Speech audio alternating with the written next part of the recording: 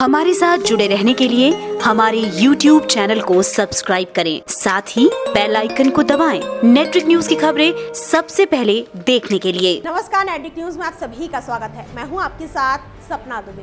Bhopal Lok Sabha seat से भाजपा की प्रत्याशी और मालेगांव बम धमाकों की आरोपी साध्वी प्रज्ञा सिंह ठाकुर महात्मा गांधी के हत्यारे नाथूराम गॉडसे को देशभक्त बताकर एक बार फिर विवादों में घिर गई हैं। प्रज्ञा ने कहा है कि नाथूराम गॉडसे देशभक्त थे, हैं और रहेंगे। प्रज्ञा द्वारा दिए गए बयान से भाजपा ने किनारा कर लिया है।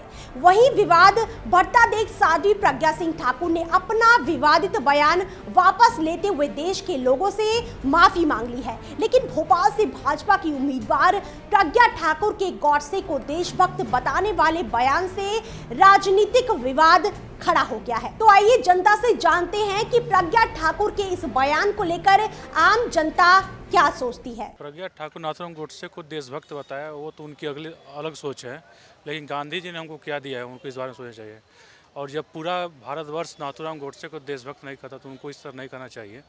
लेकिन फिर भी उनकी अलग सोच है, उनको सोचना चाहिए। उनको पार्टी की विशेष के तहत इनको इस तरह की बात नहीं करनी चाहिए। पहली बात, नाथूराम गॉडसे को देशभक्त नहीं कहा जाता है। जिस गांधी को हम राष्ट्रपिता मानते हैं, उसके हत्यारे को देशभक्त करना गलत है। नाथू जी का कोई वो नहीं, गांधी जी हमारे लिए राष्ट्रपिता थे, हैं और हमेशा रहेंगे। नाथू जी का कोई वो नहीं है, वो जो बोल रहे हैं गलत है, समाज के लिए गलत है। और आने वाले समय में जो ये बीजेपी की पार्टी अपना सब कुछ जो है समीकरण बना के चल रही है, तो कुछ गलतियां हो जाती हैं, तो उनका सुधार उनको करना चाहिए। नहीं कहा जा सकता कि वो देशभक्त थे, ये बात बिल्कुल नहीं कहा जा सकता। लेकिन एक बात है कि इस विचारधारा पर मंथन होना चाहिए, क्योंकि यह बात सभी लोग मानते हैं कि हर कोई ना 100% परफेक्ट होता है और ना वो 100% गलत होता है। ये इस बात पर इस आधार पर कह देना कि कोई देशभक्त है कि नहीं है, ये निर्धारण नहीं है। लेकिन जो गतिविधियां हुई हैं उन गतिविधियों के आधार पर भाई सारे तथ्यों को सही भी कहा जाएगा, लेकिन जिस तथ्य पर प्रज्ञा जी ने कहा है उस तथ्य को गलत नहीं मानना चाहिए। जिस तथ्य पर उन्होंने इस विचारधारा को रखा है, क्योंकि यदि माना जाए कि जिस समय भारत पाकिस्तान का विभाजन हुआ, जो इतिहास में हम लोग पढ़ते हैं, जिसमें कि ये भी सुनने में आया है, भाई हम लोग उस समय तो थे नहीं, लेकिन उस समय की शर्त ये थी कि वहाँ पर पाकिस्तान के निर्माण के समय उसको पैसा देने के लिए, रुपया देने के लिए धरना प्रदर्शन गांधी जी कर रहे थे। यह इस आधार पर नहीं तो कोर्ट का व्यू निकाल लिया जाए, जो बहस कोर्ट में चली थी और नाथूराम जी को फांसी दिया गया था, उसमें खुद जज का यह वक्तव्य है। इस चीज़ को आप सब देख सकते हैं, उसको समझ लें। वक्तव्य में उन्होंने खुद कहा था कि यदि पूरे जनता को ये कह दिया जाता कि मेरी कुर्सी पे होता तो जनता का व्यू यह होता कि नाथूराम गॉडसे ने गलत नहीं किया है। अब हम लोग क्या निर्धारण कर सकते हैं, लेकिन यह बात सत्य है। इस बात को गलत देखिए, ये नहीं कहा जा सकता कि 100% महात्मा गांधी जी सही थे। 100% कोई परफेक्ट इस दुनिया में नहीं है, लेकिन जो गांधी जी का विचार था अन्य जगह बहुत ही सही था। जैसे स्वच्छता की बात कर जाए, ट्रुथ की बात कर जाए, लेकिन कहीं ना कहीं वो फॉल्ट थी। और उस फॉल्ट पर किसी मतलब कि सारी अच्छाइयों को डुबा करके इनका ये कह देना कि वो देशभक्त नहीं था या नहीं क्या था, उन परिस्थितियों को, देश काल परिस्थितियों को समझ करके ही कोई कमेंट करना चाहिए। फिलहाल चुनाव के समय में ऐसी बातें करके अभी तक कोई उस पर चिंतन नहीं, और आज अचानक करके ये बात कर लेना, तो हम ये बात कह सकते हैं कि देखिए, किसी भी तथ्य को जनता को समझने दिया जाना चाहिए, और जनता हर चीज़ को समझ रही है, क्या व्यू है, क्या चीज़ है। लेकिन हाँ, इस बात पर अगर सब अच्छे काम किए हैं तो उनकी बड़ाइयों को भी हम लोग मानते हैं, लेकिन उस विचार पे जिस पे कि लोग ये कहें कि नहीं हाँ उन्होंने गलत किया, क्या सही किया, कई लोगों का होता है। आज अरविंद केजरीवाल जी को लोग चप्पल मारते हैं कि नहीं मारता है। कई लोगों को भी देखिए, कमल हासन को भी मारा गया। अगर इन लोगों को सब लोग मारते हैं तो कारण क्या है? क्या वो जनता का उन्माद सही है कि गलत है, उस पर आप डिसीजन लीजिए। और अगर बात ये कहा जाए तो ढेर सारे फैक्ट्स हैं, इतिहास के बारे में क्या चर्चा करना, लेकिन अगर कोई ये बोल सकता है कि प्रथम हिंदू आतंकवादी जो है नाथूराम गोडसे है, तो क्या ये नहीं बोल सकता कि श्रद्धानंद की हत्या करने वाला जो था वो क्या था, जो कि लगभग 1947 से लगभग 20 साल पहले, मतलब 13 साल पहले वो घटना हुई। मैं नाम नहीं लेना चाहूँगा, लेकिन हम कहते हैं कि कोई राजनीति न करे, केवल राष्ट्रनीति की बात करे। कुछ सत्य है, कुछ असत्य है, लेकिन सत्य के पीछे हम लोगों को चलना चाहिए। यही हमारा सभी लोगों से निवेदन है। आप जो बात कर रहे हैं वो मेरे हिसाब से कोई भी यदि देश का नागरिक है तो उसके लिए वो प्रश्न ही गलत है। जिसको हम फादर ऑफ नेशन कहते हैं, राष्ट्रपिता कहते हैं, उसका हत्यारा राष्ट्रभक्त हो ही नहीं सकता है। ये भारत की कोई भी आवाम इसको पसंद ही नहीं करेगी, कोई नागरिक इसको पसंद ही नहीं करेगा। तो आप इस समय राजनीति का समय है, कोई कुछ भी किसी के बारे में बोल सकता है, क्योंकि वोट की फसल है, उसको काटना है। तो जैसे जिस बात पे वोट मिलती है, लेकिन ये बहुत ही दुर्भाग्यपूर्ण है कि आज 21वीं शताब्दी में हम इस तरह की बातें कर रहे हैं कि जो हमारे आज़ादी की लड़ाई में या जो भी है, आज हम आप तो ठीक है हिस्ट्री को पढ़ रहे हैं, लेकिन यदि उनको कहीं से राष्ट्रपिता कहा गया तो ऐसे तो नहीं कहा गया होगा। कुछ ज़रूर उन्होंने इस देश के लिए काम किया होगा, और उनके हत्यारे को देशभक्त कहना तो ये बहुत ही शर्मनाक बात है।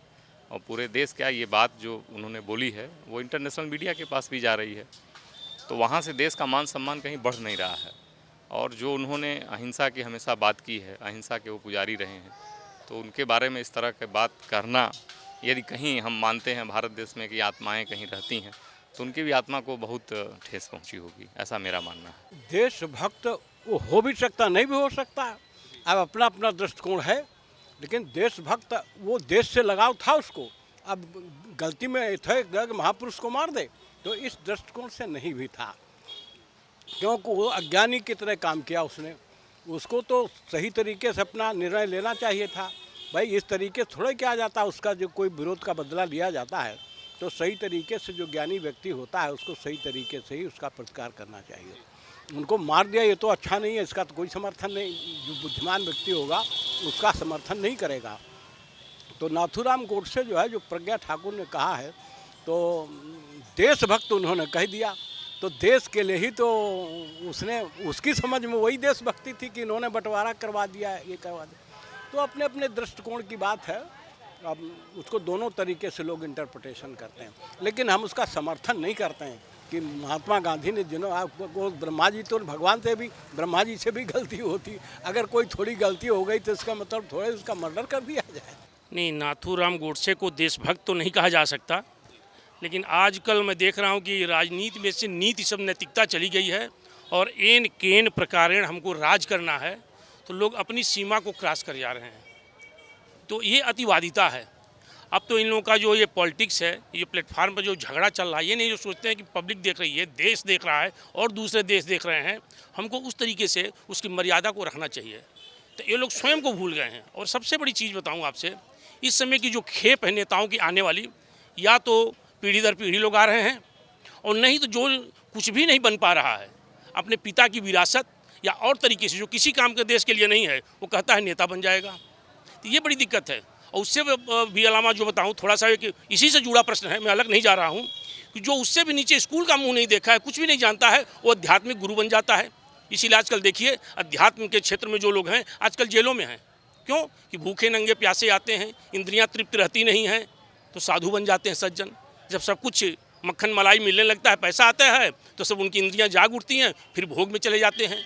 तो एक दूसरे से समाज का जो सबसे अच्छा वर्ग है, IAS है, PCS है, सबसे अच्छा बनता है, उसके ऊपर देखिए IAS राज करता है, जो आर्ट साइड पढ़ता है, जो कोई स्कूल नहीं जाता है, तो उसके बाद वो बन जाते हैं नेता, जो स्कूल का मुंह नहीं देखा वो बन जाते हैं आध्यात्मिक नेता, उनके पैर पर। तो दिनों दिन हमारी जो शिक्षा की प्रणाली जो मैकाले की है वो नीचे जा रही है। तो जो देश का प्रतिनिधित्व करता है वो देश का साक्षर होना जरूरी है, लेकिन हमारे नेता का साक्षर होना नहीं जरूरी है। आज देखिए माहौल यह है कि कक्षा 5 पास भी नेता के लिए योग्यता नहीं रखी गई है, तो इस देश का भला कैसे होगा?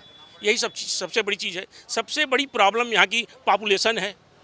तो पॉपुलेशन है, तो ये जो प्रज्ञा ठाकुर ने कह दिया, ये लोग आवेश में, इनका कहना लाजमी है।